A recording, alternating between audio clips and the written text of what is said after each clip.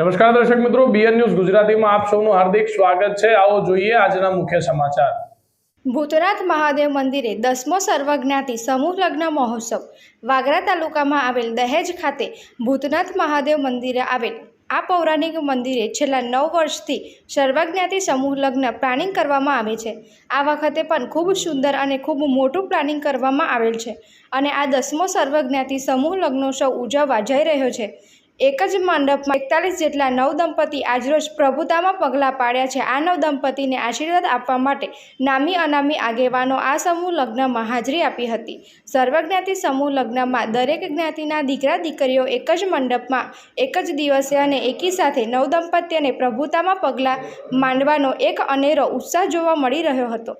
આ સમૂહ લગ્નમાં આશરે 200 થી 400 સ્વયંસેવકો જોડાયા હતા અને આ સ્વયંસેવકો દ્વારા ખૂબ સુંદર આયોજન કરવામાં આવ્યું હતું। આ સમૂહ લગ્નમાં ખૂબ મોટા પાયે જનમેદની પણ જોવા મળી હતી। સર્વજ્ઞાતિ સમૂહ લગ્ન મહોત્સવમાં પોલીસ મિત્રો પણ હાજર રહ્યા હતા અને ફાયર ફાઇટર સાથે ફાયર મિત્રો પણ હાજર રહ્યા હતા। ભૂતનાથ મહાદેવ મંદિર ટ્રસ્ટ દ્વારા આ સર્વજ્ઞાતિ સમૂહ લગ્નમાં આવેલ જનમેદનીને કોઈપણ પ્રકારની અડચણ ના આવે તે માટે દરેક જગ્યાએ સ્વયંસેવકો ખડે પગે હાજર જોવા મળ્યા હતા।